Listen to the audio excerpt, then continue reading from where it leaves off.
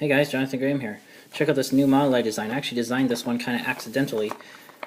This is a little flying saucer, or UFO, but it actually transforms into a stellated octahedron, as you can see, and instantly turns back. Here's one with two different colors. This is from 2 squares of paper, and it transforms to the ball and back to the sort of flying saucer shape. Here's one from 12-inch square. 2 12-inch squares. You can't even get the whole thing in frame. So we're going to make that today. We're going to use the 6-inch squares. You need 2 squares of the same size. So we're going to make one this size, and I'm going to use 2 different colors. I already made one of the units. It's called the UFO transformer. So you're going to start with one of your squares, and you're going to divide it into thirds. So we divide into thirds like this. You line up the edges best you can and pinch. Now with the white side up, we're going to fold this into thirds.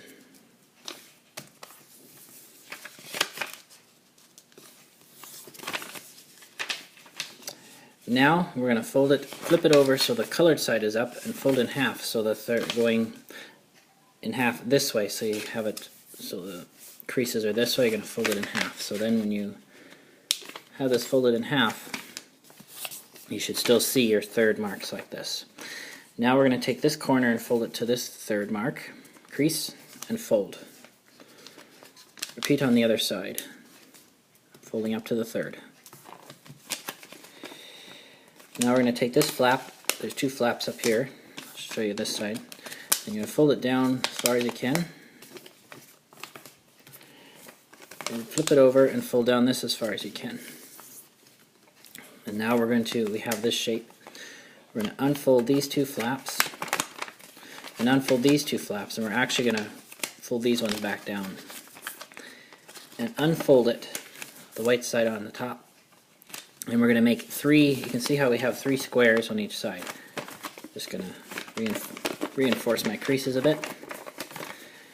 We're going to make 3 X's of valley folds on each of these squares. So this one already has part of it, so we're just going to make sure it folds through this part. And then fold this one down.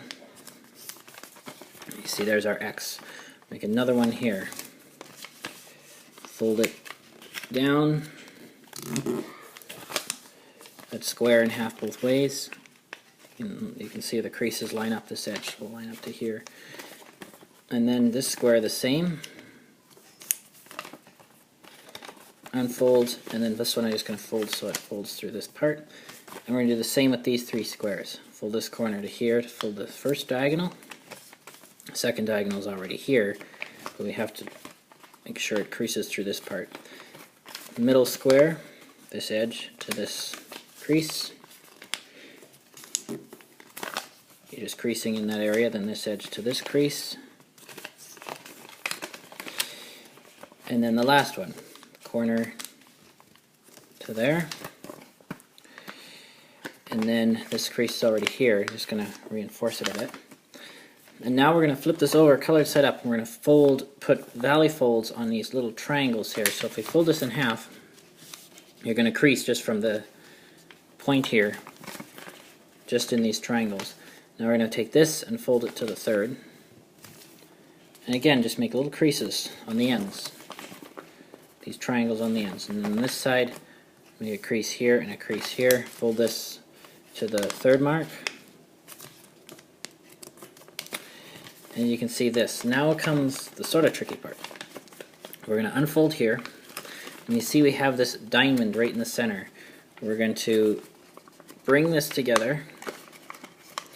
And right here you're going to push down inside like this. And this will fold back, creating this sort of corner. And then we're going to kind of just reinforce these creases a bit for this sort of pyramid part. And now we're going to do the other side the same. We're going to unfold here. We have this diamond right here. You're going to pinch here, bring it in like this, and right at this crease, fold it down. And this will fold back, sort of form a V shape, and then you just fold it in. And then these creases on each side we're just going to reinforce. And now we're ready to assemble. And now you're going to make a second one the same way. I already made my second one. And now we're going to assemble, we're going to take this point V here and push from the inside out. Sort of flatten this, but we don't want to crease this part. Just like that. And we're going to take our other module and do the same thing. Press in on this V here, popping it out, and flattening it. You're not going to crease there though, just don't, you can flatten on the sides a bit. This just makes it a bit easier to assemble. Now we have two sort of this shape. And we're going to put them together like this. The purple one, you can see the flaps in the side. We're going to take one side and tuck it in here. And we're going to just push it in as far as we can go. I'm going to try to show this the best I can here. As far as it'll go, you can see when it's in all the way, it won't actually go right to the edge. It'll go to here. So you'll still have the module and then the purple part in this case here. And now this is the yellow side, if you will, and I'm going to flip it over and put this one in so it's the other way. In this case we want the purple to show. Tuck it in the flaps into these little edges here.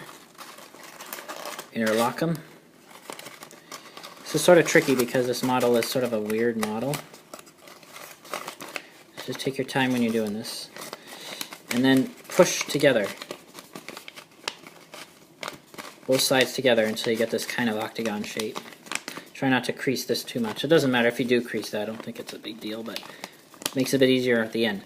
And now we're going to take this part where we didn't crease, so we have, should show a different color on each side.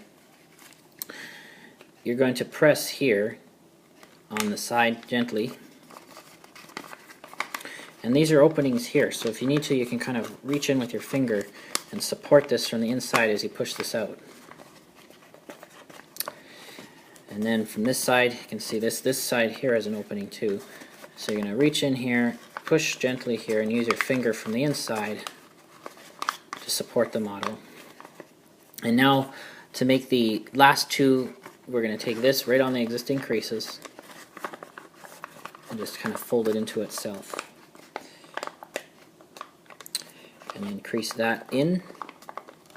So we have another sort of cross shape, sort of have a cross shape kind of going here. And then on this side we're going to again just make sure it's all in place.